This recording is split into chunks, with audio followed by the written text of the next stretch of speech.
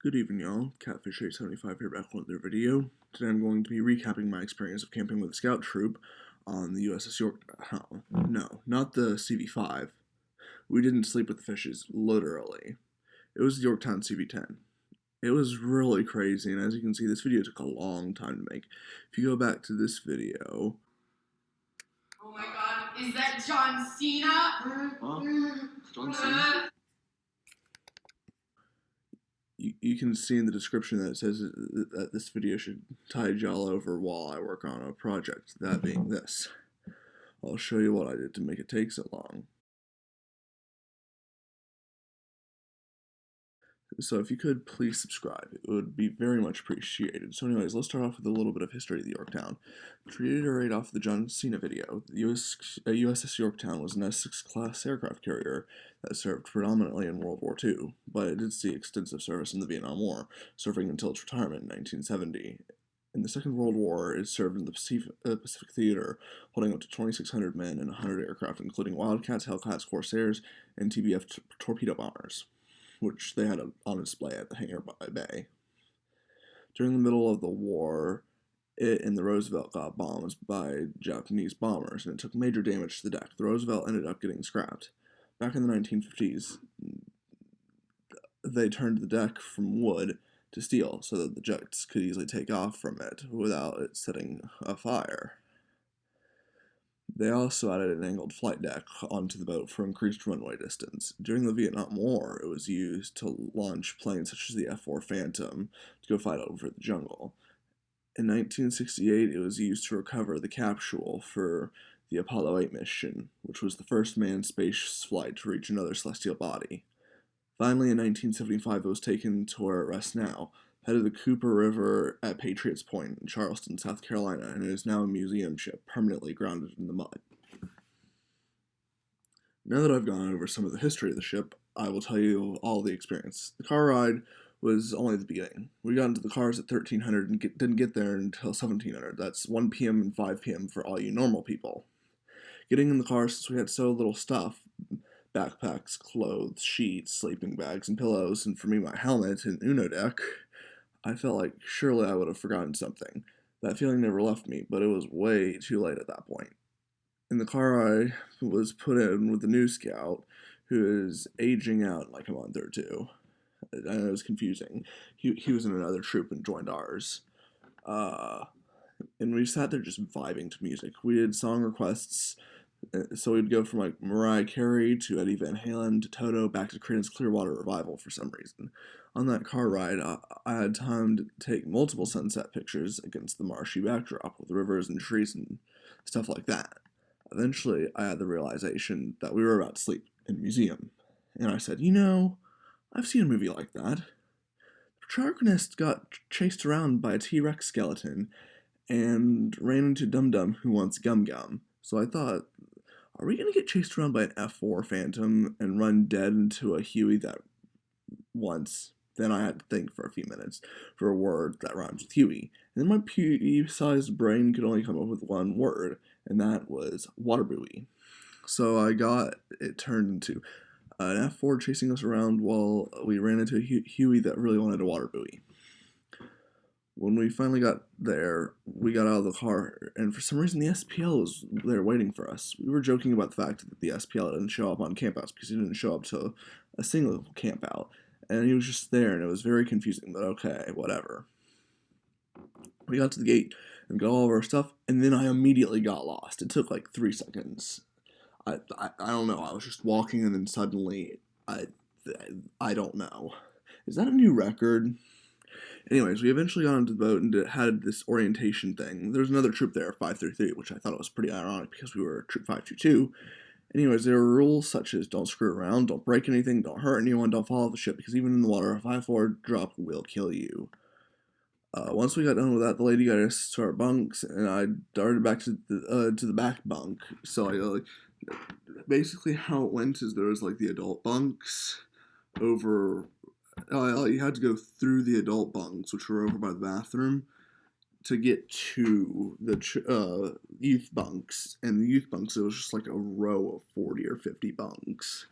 There were just all kinds of bunks. but I got the back bunk and set up because it was only a one-person bunk, so I didn't have to worry about sharing my bunk. The fire alarm went off for the mandatory test, and after some photos and the fire drill where they talked about where to go when there was a fire and I couldn't pay attention, Tyler wouldn't, and one of my viewers just wouldn't stop talking, which I won't mention the other viewer by name because I don't think he has a YouTube channel. But I was too busy trying to get him to stop talking. So I had no idea what to do in case of fire, but that was okay. Bad grammar, but I don't care. After we did the fire drill, me and that one viewer and the one kid in the John Cena video and Slim Seller headed down under the hangar bay to do tour 1. Well, me and that kid in the John Cena video decided we would play a game where when the viewer and Slim Seller would approach, we would run away. Genius, I know. Anyways, the second viewer scolded us, and we somehow got lost in the literal labyrinth, which is underneath the hangar bay. We went into the kitchen, upstairs, past medical rooms, by a hair-cutting place, by the laundry room, did like 5 circles, and went around the opposite direction and got tour 4 somehow. That was okay, because we ended up getting out like 10 minutes before bed, so we didn't have to worry about getting in trouble. That night was pretty good. I connected to some random person's hotspot, and I'm like 90% sure that it was someone in my troop, but I don't know. The thing that is important, though, is explaining the whole process of getting to the bunks. First, you had to go through an authorized personnel-only door, then step up a steep staircase, which, like, for every 1 foot you went forward, it was, like, 3 feet up. Really steep. You had to do, like, 3 of those. And then once you did that, you had to walk through a random room, and then past the bathroom, through the adult room, and then finally, after like 5 minutes, you got to your sleeping quarters. It was just a whole big ordeal. Anyways, that night I slept like a log. I somehow managed to fall asleep before midnight for the first time in probably 2 to 3 years. Somehow in all that time, we managed to eat dinner. And during dinner, we watched this movie called Greyhound, which is about a merchant ship escort getting hunted down by U-boats. And it was pretty good. Poor guy never got to eat. Next morning, we woke up at 6:30. I'll just be a normal person and ran around looking at some of the more planes. Around that time, me and I think Slim Seller went up to the flight deck and looked at all the jets. In the hangar bay, they had a Wildcat, a Hellcat, a Cougar, a Skyraider, a Corsair, a B-25, a TBF, and a SMB-2. But the carrier had the cooler F-4 Phantom advanced early warning aircraft plane, Sea Stallion helicopters, F-18, A-6, A-7, F-8, A-3, A-4, and an F-14 Tomcat, which, by the way, Tomcat is huge. Exploring the flight deck was cool but short-lived because after that we had to go off the ship into the USS Laffey, which was right next to it. The USS Laffey was a destroyer used in World War II alongside the Yorktown when it got kamikaze like 7 different times and then got lit up with gunfire, but still managed to limp back to shore. It also got bombed, and there's still a warped beam from the attack. Me and Slim Seller went into one of the turrets and watched a 7-minute video. It was supposed to like show you how the Marines or I guess the Navy people fell. It's too late. What time is it? It's like 10:39. I need to go to bed. There was like planes. It was loud and like gunfire and explosions, and the thing would shake. You could hear it from outside, like off the boat. So that was pretty cool. After that, we got off the Laffey and went to the submarine, which was cramped to say the least. I'm 6'3" and I have a shoulder width of 26 inches broad. Those are really broad shoulders. I'm pretty sure 20 is considered big. So nevertheless, I'm a big man, which made it hard to crawl around the sub. I've actually got video of me doing it later in the slideshow. The next big thing that we did was the Vietnam experience, which was everything Vietnam. Needless to say, I went around listening to my War as Hell playlist and wanted to get into the Huey. My Scoutmaster gave us this quiz with questions like, what color was the stripe above whatever? And he expected us to answer seriously. So I played the game of funny answers for the question, where was most of the war fought? And I put most of the fighting took place in South Vietnam, but there was some fighting in the north. Oh, and there was those trails in Cambodia, but we don't talk about those. It ended with some kind of role playing thing in the helicopter and the ambulance and us getting home from the war. Also, I was the soldier from Team Fortress 2 for some reason.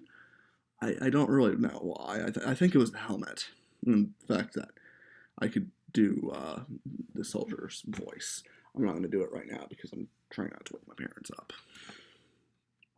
Where am I? Soon after, it was off to dinner, where I made up a new game called Rickroll Roulette, which is a game where you shuffle a song of 6 playlists, including Never Gonna Give You Up, and it went something like this.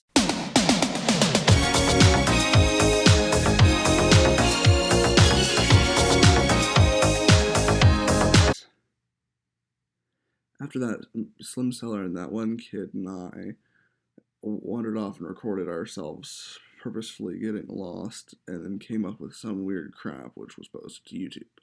To be honest, those are the only highlights of the trip, and now you get to sit back and watch the slideshow that I made. Anyways, I guess enjoy.